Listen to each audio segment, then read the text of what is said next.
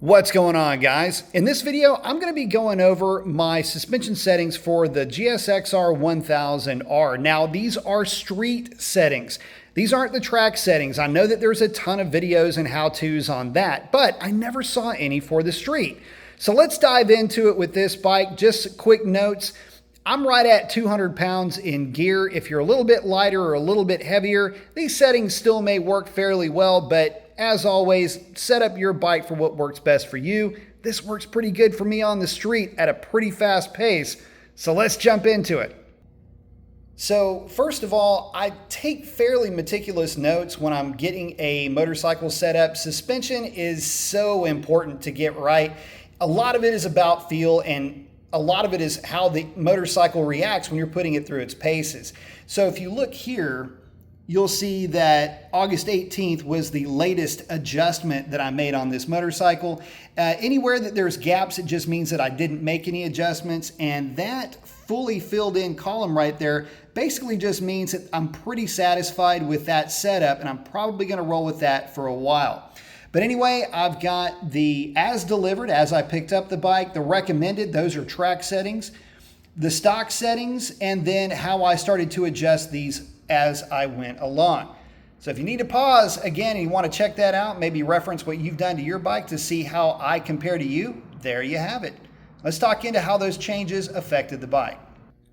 Okay guys, so starting out back, I have adjusted the preload in other words, clockwise, about half a turn, and that's yielding 32 millimeters of rider sag when I am in a riding position on this bike.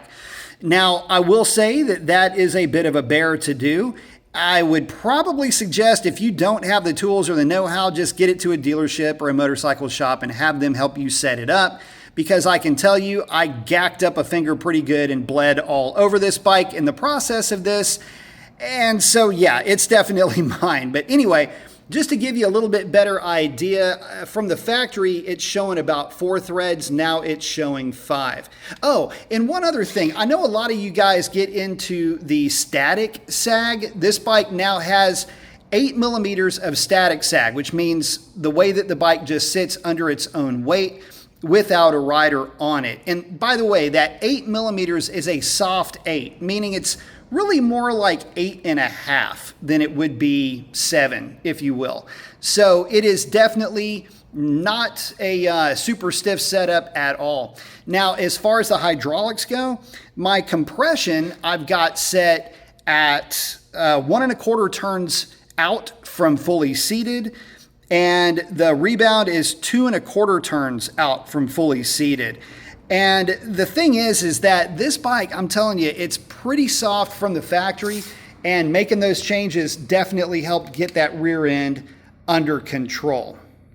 Moving up front, I'm running the stock push through with the forks and the stock preload. In a riding position on this bike, I am sitting at 33 millimeters of sag. Didn't measure static sag up front.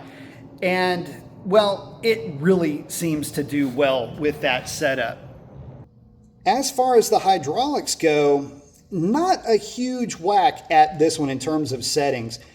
Stock is 3 turns out from fully seated. I've got this one set at 2 1/4 turns out from fully seated for compression dampening, and rebound dampening is stock at 2.5 turns out. This bike's front end feel is really good, guys. It turns in nice and quickly, and it's just got a real lively nature to it with this setup.